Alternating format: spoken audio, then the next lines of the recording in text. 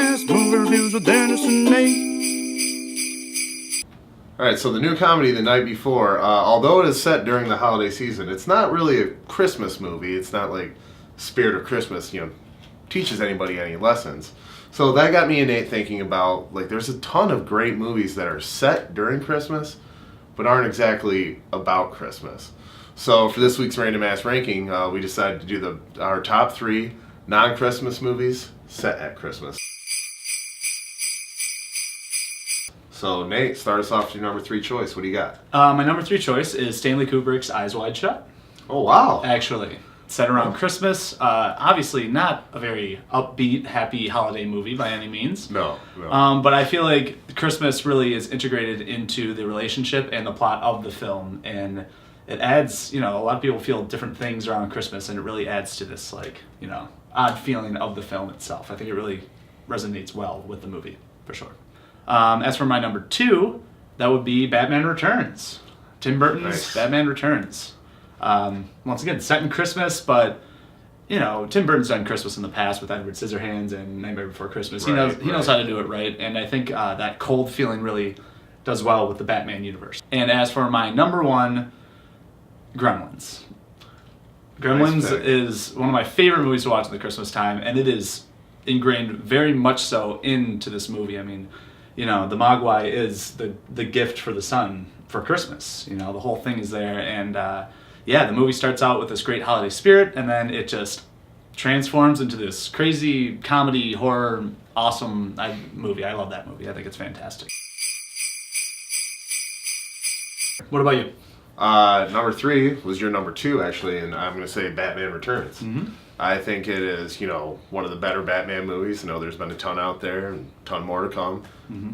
But, that was the one that, actually pushed Warner Brothers off Tim Burton from making the third one. He thought it was too dark, but, I like that it was dark. It's about Batman. Yeah. It's supposed to be dark, and the Christmas background is great juxtaposition for that. Yeah, agreed. And at number 2, I have Trading Places. This is another movie that I watch every Christmas, even though it's not about Christmas. It's Right. Dan Aykroyd and Eddie Murphy at the top of their game. Just, hilarious, quotable movie.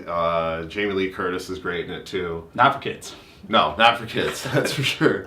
And number 1, Lethal Weapon. It is the ultimate buddy cop movie. It's one of the funniest action movies out there.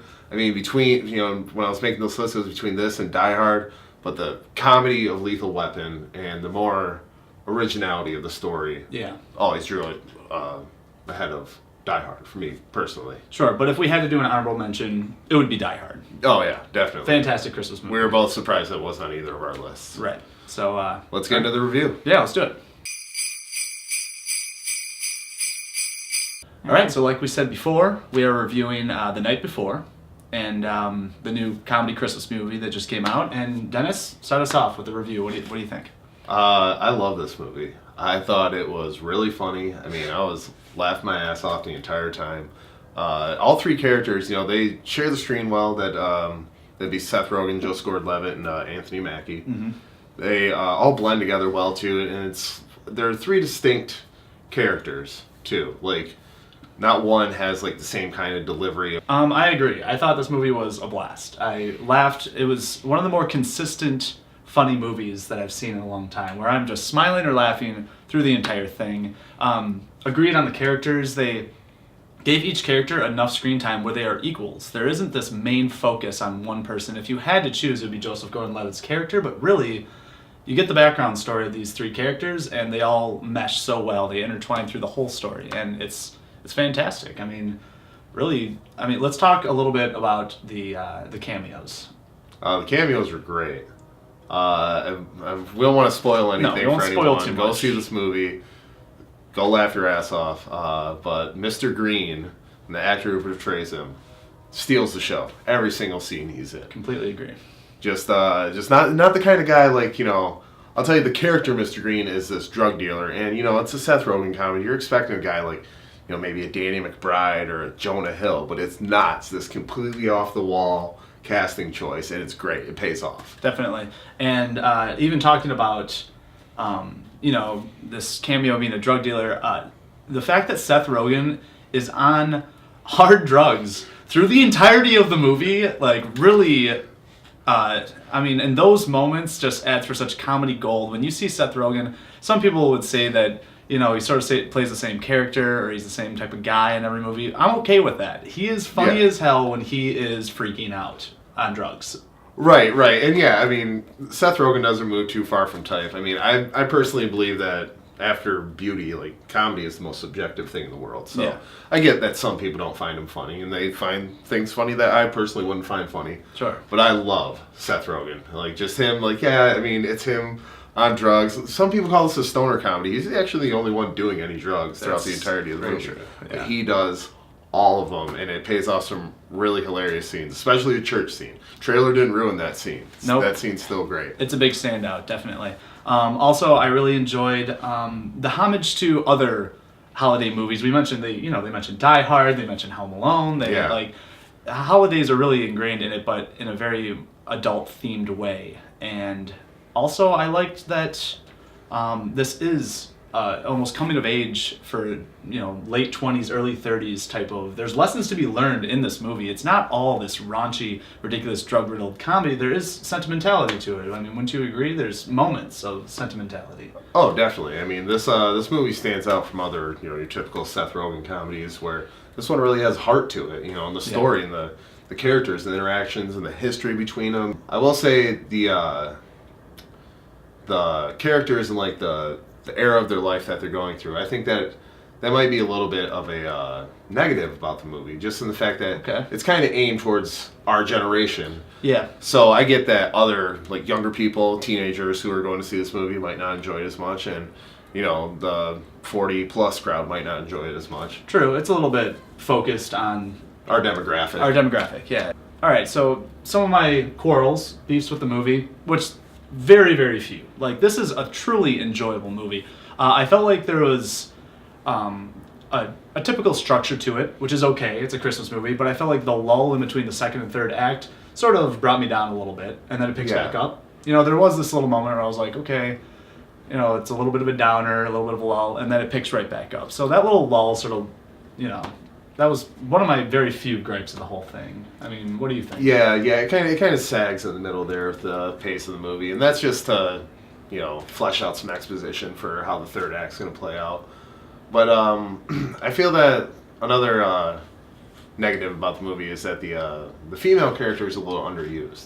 Okay. I mean, I think Mindy Kaling and Lizzie Kaplan are both hilarious. Yeah. But they're only in a few scenes each. I mean, they're great in those scenes. Yeah. But I feel like, you know, maybe the interaction with them, the story that played out with them, could have been a little bit more prominent, like, throughout the movie. I think that'd been a way to, like, keep it fresh and pick up the pace. I agree. And the ending, although it's tacky, it's fairly generic, I will forgive it, because people want to leave a holiday movie with a warm and fuzzy feeling in your stomach. You want to have that, like, resolution and some sort of lesson learned with the whole thing. And really, the beginning and end cameo was worth the ending, and I thought it really saved it from being too generic or sappy. Yeah. Where it just gets into, like it should, full-blown comedy all over again right at the very end. So. Right. The cameo at the that was built up through the phone.